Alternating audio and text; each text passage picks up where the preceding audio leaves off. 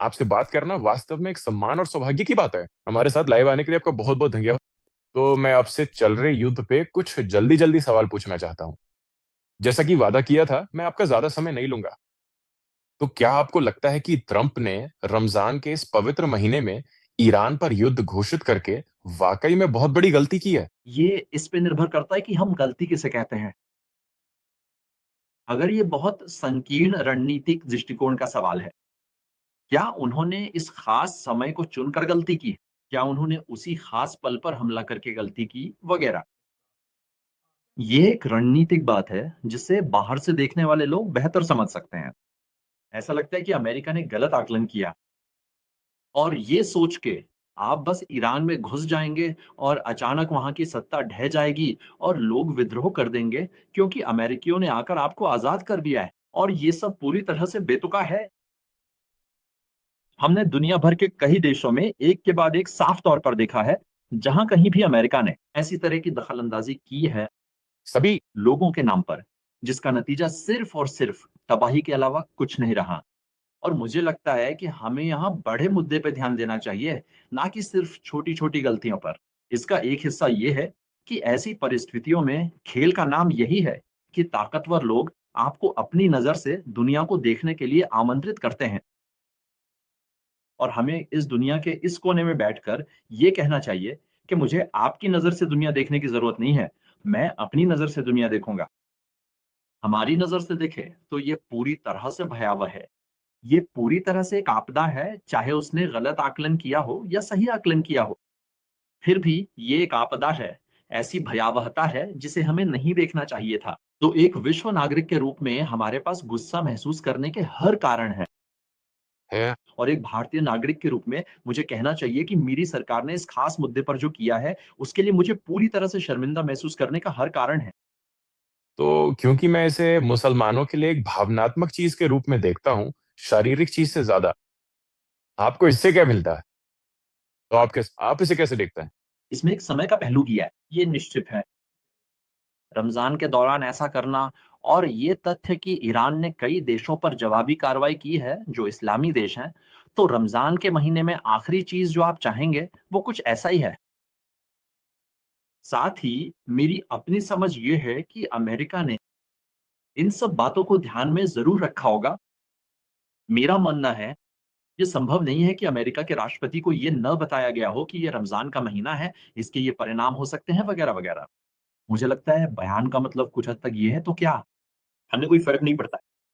और इसका मकसद दुनिया को ये ऐलान करना है, ये कहना है कि मैं दुनिया पर राज करता हूँ। मैं वॉशिंगटन में बैठ के तय करता हूँ, मैं तय करता हूँ कि ईरान में कौन राज करेगा। मैं कह सकता हूँ ठीक है, नया शासक मुझे पसंद नहीं है। आप कौन होते हैं पसंद या नापसंद करने वाले? आप जानते हैं तेहरान में बैठे लोग ये नहीं कह सकते कि मैं आप जानते हैं उन्हें निश्चित रूप से ट्रंप पसंद नहीं है। क्या वे कह सकते हैं, ठीक है हमें श्रीमान ट्रंप मंज़ूर नहीं है? तो मुझे लगता है कि ये एक नई तरह की दुनिया है, जहाँ ताकत ही सही को सिद्धांत बना दिया गया है और हमें इसके खिलाफ खड़ा होना होगा। तो भारत की बात करें, हमने कोविड देखा है, हमने इससे पहले भी ऐसी संकट देखी है। तो जो तथाकथित एलपीजी की कमी है, सरकार इसे कैसे देख रही है? तो हमने कोविड में इसे बेहतर तरीके से सँभाला क्योंकि बहुत सारे लोग घर के अंदर थे, बहुत लोग खाना बना रहे थे। तो उस समय जब पूरी दुनिया रुकी हुई थी, तब एलपीजी की कोई कमी नहीं थी। तो अब एलपीजी की कमी क्यों है? यही सवाल है। एक छोटा विशिष्ट सवाल है और एक बड़ा सवाल भी है। विशिष्ट बात ये है कि आज जैसी एलपीजी की कमी क्यों है? ऐसा लगता है कि सरकार ने पर्याप्त तैयारी नहीं की थी।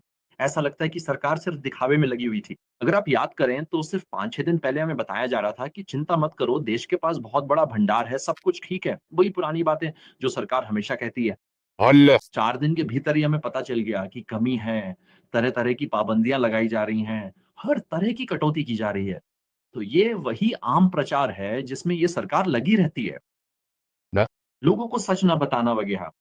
लेकिन ये कहने के बाद मैं कहना चाहूँगा, देखिए अगर कभी पश्चिम एशिया में कोई संकट आता है, जैसे हालात अभी हैं, उस स्तर का संकट हमारे प्राकृतिक गैस, हमारे पेट्रोल की आपूर्ति को पूरी दुनिया में प्रभावित करेगा। तो हम ये नहीं कह सकते कि ये सिर्फ सरकार की कोई गलत गणना है। मेरे हिसाब से ये कम बड़ा अपराध है। ये कुप्रबंधन का अपराध है। ये दिखावे का अपराध है। जो गहरी समस्या मुझे परेशान करती है, वो ये है कि भारत ने इस पर क्या रुख अपनाया है। यहाँ अमेरिका है, जो अचानक अपने ही देश के प्रमुख को मारने का फैसला करता है, अब जानते हैं। जिसके साथ मेरे प्रधानमंत्री गए थे। मेरे प्रधानमंत्री, आप जानते हैं, ये एक ऐसा देश है जिसे हम एक संप्रभु राष्ट्र के रूप में मान्यता देते हैं। मेरे प्रधानमंत्री जाते हैं और उस व्यक्ति से मिलते हैं और फिर उसकी हत्या हो जाती है। और मेरे प्रधानमंत्री इतना भी नहीं कह सकते, "ओह भगवान! ये कितना दुखद है।" यही असली बड़ा मुद्दा है। हमें इन प्रबंधन संबंधी मुद्दों पर ध्यान देना चाहिए, जो ठीक है, और इस पर मैं किसी भी सरकार को थोड़ी छूट देने को तैयार हूँ। क्योंकि अगर पश्चिम एशिया में कोई बड़ी संकट आती है, चाहे उसमें कोई भी शामिल हो, आप प्रभावित होंगे। आपकी गैस आपूर्ति प्रभावित होगी, आपकी पेट्रोलियम आपूर्ति प्रभावित होगी। आप इसे थोड़ा बेहतर या थोड़ा खराब तरीके से सँभाल सकते हैं। लेकिन हम अभी भी रूस से कच्चा तेल ले रहे हैं, तो ट्रंप ने हमें रूस से कच्चा तेल लेने की अनुमति दी है। अब आप इसे कैसे देखते हैं? बात यही बात है। ट्रंप ने हमें रूस से कच्चा तेल लेने की अनुमति दी है, और वो कौन है? एक भारतीय के तौर पे। क्या आपको ये अपमानजनक नहीं लगता? भारत के राष्ट्रपति इस देश को, सरकार को अनुमति दे सकते हैं, सुप्रीम कोर्ट अनुमति दे सकता है, संसद अनुमति दे सकती है। श्रीमान कौन है? डोनाल्ड ट्रंप की मेरी सरकार को किसी तीसरे देश से सौदा करने की अनुमति दें? मेरा मतलब है, क्या हम जी रहे हैं? क्या हम वापस आ गए हैं? उन उपनिवेशवादी दिनों में, जब हमें अपनी मर्ज़ी के काम करने के लिए लंदन से अनुमति लेनी पड़ती थी। यही असली बात है। और दुःख की बात है कि हालात ऐसे हैं कि इस देश में इसे जश्न के तौर पे मनाया जा रहा है। अरे! हमने तो अनुमति ले ही ली है। सीधी बात ये है कि इस अनुमति ने सारा पर्दा हटा दिया है, क्योंकि अब तक सरकार क्या कहेगी? नहीं, चिंता मत करो, हम आज़ाद हैं, हम स्वायत्त हैं, हम संप्रभु हैं, हम कोई भी फैसला ले सकते हैं। और फिर आपको एहसास होता है कि न सिर्फ वे ऐसा कह रहे हैं, बल्कि अमेरिका की तरफ से एक कानूनी आदेश भी है, जो अब असल में कहता है कि वे भारत को ऐसा करने की अनुमति देंगे, और ये भारत के हित में नहीं है। कार्यालय साफ तौर पे कहता है कि ये पूरी दुनिया में हालात को आसान बनाने के लिए है। तो ये अमेरिका अपने ही हित में हमें अनुमति दे रहा है। और इसी सिलसिले में अब जो रूसी तेल हमारे पास आएगा, वो अब उस तरह की छूट पे नहीं आएगा जैसी हमें पहले मिल रही थी। अब ये प्रीमियम पर आएगा। तो ये हमारी विदेश नीति की पूरी खोखलापन को दिखाता है। यही है जो हमने अपनी विदेश नीति से हासिल किया है, और ये निश्चित रूप से हमारे विदेश मामलों के संचालन पर एक बहुत ही दुखद टिप्पणी है। क्या अमेरिका असुरक्षा की स्थिति में है या भारत असुरक्षा की स्थिति में है? क्योंकि अमेरिका के पास हम पर नजर रखने वाले लगभग 500 सैटेलाइट्स हैं, जिससे असुरक्षा की स्थिति में होना चाहिए। लंबे समय में भारत के पास बहुत-बहुत शांत रहने के हर कारण हैं। अभी तो हम बस पीछे बैठ सकते हैं और कह सकते हैं, देखो हमें कोई फ़र्क नहीं पड़ता, कुछ भी नहीं हुआ है। और आपके पास ये ट्रोल्स हैं जो कह रहे हैं, ओह! भारत तो बहुत आरामदायक है, बाकी दुनिया बुरी हालत में है। ये तो मूर्खता है। सीधी-सी बात है, अगर आपके पास ऐसी दुनिया है जहाँ अमेरिका जो चाहे कर सकता है अपने ही इलाके में, तो इसका स्वाभाविक परिणाम क्या हो? स्वाभाविक परिणाम क्या होंगे? तो रूस भी यूक्रेन और उसके आस-पास के इलाकों में जो चाहे कर सकता है, और चीन भी अपने इलाके में, अपने पिछवाड़े में जो चाहे कर सकता है। चीन कहाँ जाएगा? सबसे पहले ताइवान, है ना? दूसरा होगा हांगकांग और दक्षिणी सागर के इलाके, सही है? तीसरा है भारत। मेरा मतलब है, क्या हम ये नहीं देख सकते? क्या हम वो नहीं देख सकते? ऐसी स्थिति को विकसित होने देना और उसे मान्यता देना भारत के लिए, इसके खिलाफ खड़े ना होना और आवाज़ ना उठाना, ये ऐसी चीज़ है जिसे किसी समय हमारे खिलाफ इस्तेमाल किया जा सकता है। पूरी दुनिया कहेगी, जब ये ईरान के साथ हो रहा था, तब आप चुपचाप बैठे थे। आप सहमति जता रहे थे। आपने तो ये भी नहीं कहा कि नेता की हत्या पर आपको अफ़सोस है। अब जब चीन आपके साथ कुछ कर रहा है, तो फिर आप खुद ही सँभालो। क्या यही स्थिति है? मुझे सच में लगता है कि भारत के पास चिंता करने के बहुत अच्छे कारण हैं, चाहे वो मध्य अवधि हो या लंबी अवधि। और इसलिए एक ऐसे देश के रूप में जो अब भी सैन्य दृष्टि से चीन से कमज़ोर है, ऐसा नहीं है कि हमारे सैनिकों का साहस या वीरता कम है, बिल्कुल नहीं। हमारे सैनिकों की वीरता और साहस सर्वोच्च स्तर का है, लेकिन युद्ध केवल सैनिकों के साहस से नहीं जीते जाते। आजकल युद्ध तकनीक और आधारभूत संरचना पर निर्भर करते हैं, और इसमें चीन का हम पर असीमित लाभ है। हमारे लिए जवाब देने का एकमात्र तरीका यही है कि हम एक बड़ा गठबंधन बनाएं, जिसमें हम अकेले ना हों। और दुर्भाग्यवश जिस तरह की स्थिति हमने अपनाई है, उसके कारण हम अकेले हैं। हम ब्रिक्स में अकेले हैं, हम गुटनिरपेक्ष आंदोलन में भी अकेले हैं। हमारे पास वो साहस नहीं है जो स्पेन के प्रधानमंत्री कह सकते हैं। हम ऐसा नहीं कह सकते, जो मेक्सिको की सरकार कह सकती है। ये बहुत बड़े देश नहीं है।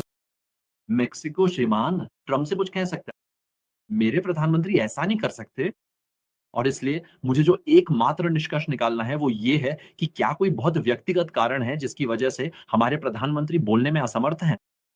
ये सवाल हर भारतीय को पूछना चाहिए।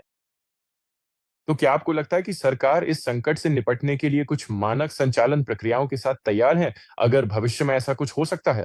कुछ मामलों में मुझे उम्मीद है और लगता है कि उन्होंने कुछ तैयारियां की होंगी, कुछ व्यवस्थाएं ज़रूर होंगी। उदाहरण के लिए फिनवे स्टेशन में इतनी बड़ी प्रवासी आबादी है, लगभग 1 करोड़ भारतीय वहाँ हैं। मुझे लगता है और उम्मीद है कि सरकार ने जहाँ भी ज़रूरत हो, वहाँ निकासी के लिए कुछ योजनाएं बनाई होंगी। मुझे लगता है और उम्मीद है, सरकार के पास ऊर्जा आदि के लिए कुछ आकस्मिक योजनाएं हैं। हालाँकि इस सरकार के ट्रैक रिकॉर्ड को देखते हुए मैं बहुत आश्वस्त नहीं हो सकता, क्योंकि आमतौर पे बड़ी-बड़ी बातें करना ही इनकी आदत है और अगले दिन इन्हें एहसास होता है, अरे बाप रे! कुछ भी नहीं है। फिर ये तरह-तरह की बातें लेकर आते हैं। यही तो हम देख रहे हैं एलपीजी की स्थिति में। मेरा मतलब है, वो सरकार 15 दिन पहले ही कह सकती थी कि देखिए, एलपीजी एक समस्या है। हर कोई जानता है कि हम अपनी एलपीजी की ज़रूरत का बहुत ही छोटा हिस्सा ही खुद बनाते हैं। हमें इसे बाहर से मंगवाना पड़ता है। सरकार भारतीयों के साथ ईमानदार हो सकती थी। देखिए, अगर ईस्ट एशिया में कोई समस्या आती है, तो हमें हमेशा तंगी झेलनी पड़ती है। ये ठीक है, तो फिर ये दिखावा क्यों करना? तो इनके रिकॉर्ड को देखते हुए मुझे पूरी तरह यकीन नहीं है, लेकिन फिर भी मुझे लगता है और उम्मीद है कि इनके पास कुछ आपातकालीन योजनाएँ ज़रूर रही होंगी। तो मेरा आखिरी सवाल है योगेंद्र ही, चूँकि आपने एलपीजी का ज़िक्र किया, तो क्या आपको लगता है सरकार इस संकट में किसानों का ध्यान रख रही है? क्योंकि आप जानते हैं, कच्चा माल बनाने के लिए लिक्विफाइड नाइट्रोजन गैस की ज़रूरत अंतिम उत्पाद से कई ज़्यादा होती है। तो कच्चा माल है, उर्वरक, यूरिया और अन्य चीज़ें, वे पूरी तरह उसी पर निर्भर हैं और मुझे सच में डर लगता है। मुझे नहीं लगता कि हम श्रेष्ठ हैं, मुझे नहीं लगता। जैसा कि है, हमारे पास यूरिया संकट है,